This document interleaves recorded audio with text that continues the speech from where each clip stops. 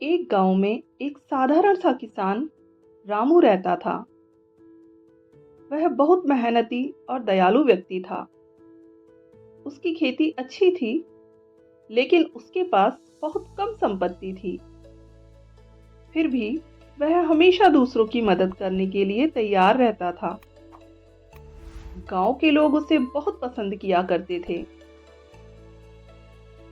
एक दिन गांव में एक बड़ा तूफान आया। बारिश इतनी तेज थी कि कई लोगों के घर क्षतिग्रस्त हो गए।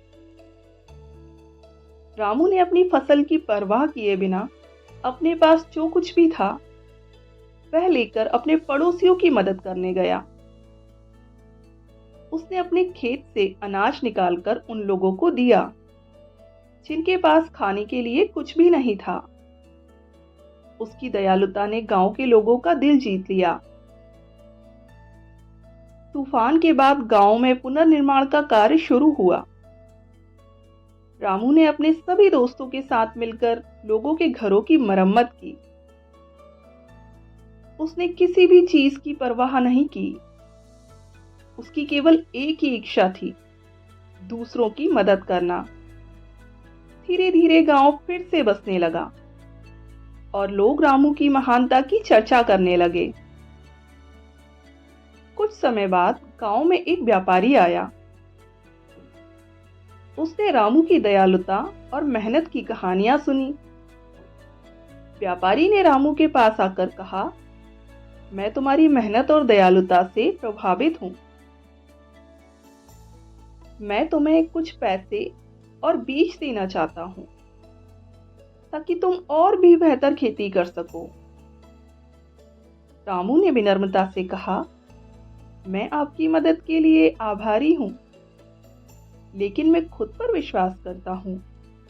मैं अपनी मेहनत से ही सब कुछ हासिल करना चाहता हूं। व्यापारी ने उसकी विनम्रता को सराहा और जाने लगा। लेकिन उसने रामू के लिए एक छोटा सा उपहार छोड़ा, कुछ बीज और एक छोटी सी रकम। रामू ने उन बीजों को रोपा और अपनी मेहनत से फसल उगाई। उस वर्ष उसकी फसल सबसे अच्छी रही। जब वह बाजार में अपने अनाज बेचने गया तो उसे वहां एक अच्छी कीमत मिली।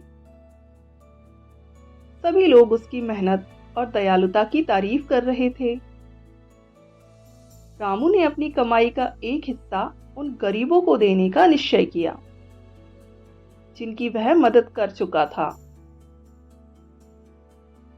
एक साल बाद गांव में एक नया स्कूल खोला गया।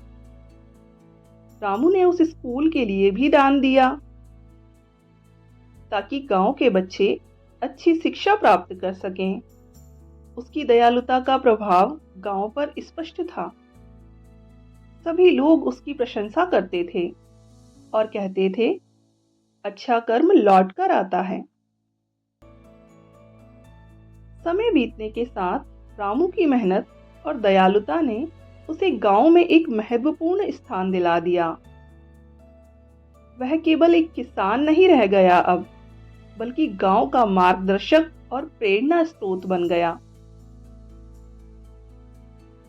उसने सबको यह सिखाया कि जो लोग दूसरों की मदद किया करते हैं उन्हें जिंदगी में हमेशा अच्छे फल मिलते हैं।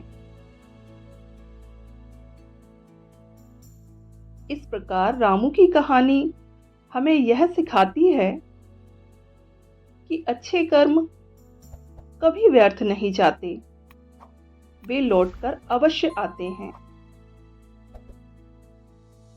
और इसलिए हमेशा दयालु और सहायक बनना चाहिए।